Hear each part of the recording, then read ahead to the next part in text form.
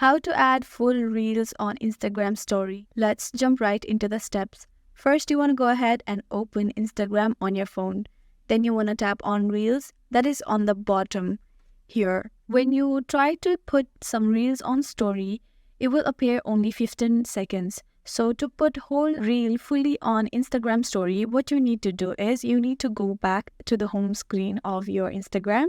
Then you want to tap on your reels again, tap on arrow on the right hand side corner, then tap on copy a link.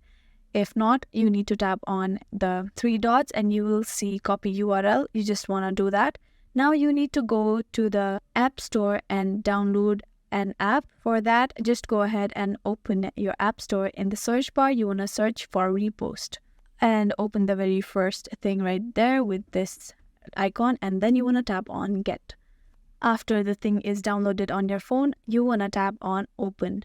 Then now you have to put your password and username and log into this with your Instagram. This app is all free, you don't have to worry. So the reel you have copied before will be appearing here. Then you just want to tap on it and then tap on Repost. You have to turn off copy caption, then you want to tap on Repost.